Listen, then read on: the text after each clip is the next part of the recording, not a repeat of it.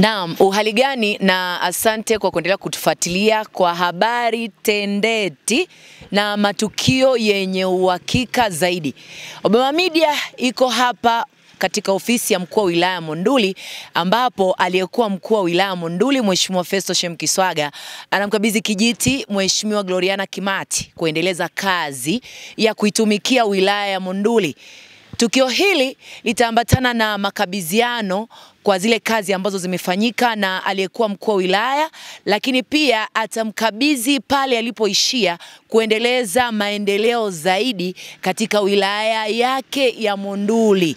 Jina langu zuri ni Lydia Lazaro, fuatana nami kuanzia mwanzo wa tukio hili la makabidhiano mpaka pale hitimisho. Asante sana.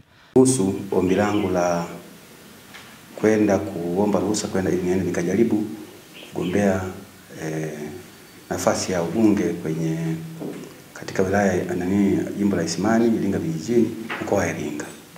Lakini pia nimshukuru sana Mheshimiwa Rais kwa kuliona jina la dada yangu Gloriana Kimati na hatimaye kumteua kuwa mkuu wa wilaya ya Monduli. Mkuu, naomba nikukaribishe sana wilaya ya Monduli, na kwa dhati ya moyo wangu nimeongea na wewe mara moja na nikakukaribisha na kukupongeza.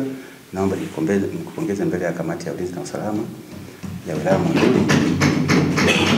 Niseme kabisa ujione mwenye bahati kubwa kuja Monduli, kwa sababu wilaya hii katika kipindi cha mwaka mmoja na miezi kama mitatu ambayo nimekaa hapa, kwa kweli nilikuja na kilo 92, nimetoka na kilo 96. Kwa maana yake kuna kilo zimeongezeka, na mimi ni mtaalamu wa biolojia. Ukiona kilo zimeongezeka maana yake ni kwamba stress zimepungua, na maana yake ni kwamba wenzako wanakusaidia kazi.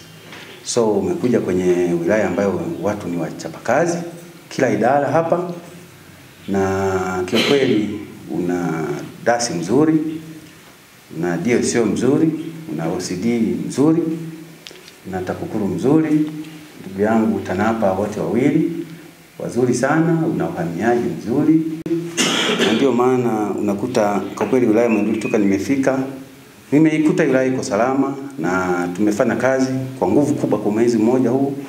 Lazima mimi niseme mambo machache kwa sababu wilaya hii hapa nitakuwa tunakukabidhi, lakini at least kwa muda mfupi master kiasi kwamba hali ya uchumi wa wananchi, niseme kabisa kwamba miradi ambayo Mheshimiwa Rais Dr. Samia Suluhu Hassan ameileta ni miradi ya mabilioni ya fedha. Kwa hiyo utakuta changamoto chache sana.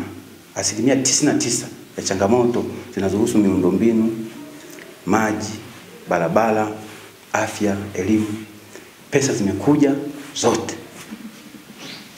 Kumshukuru mstaafu ambaye pia ni mgombea ubunge jimbo la Isimani kwa wilaya ya Iringa vijijini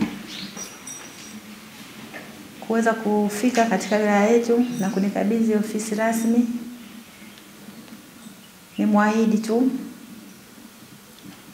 na muombea kwa Mungu. Kwa hiyo nimkaribishe tena Monduli baada ya mapambano yanayoendelea kugombea huko.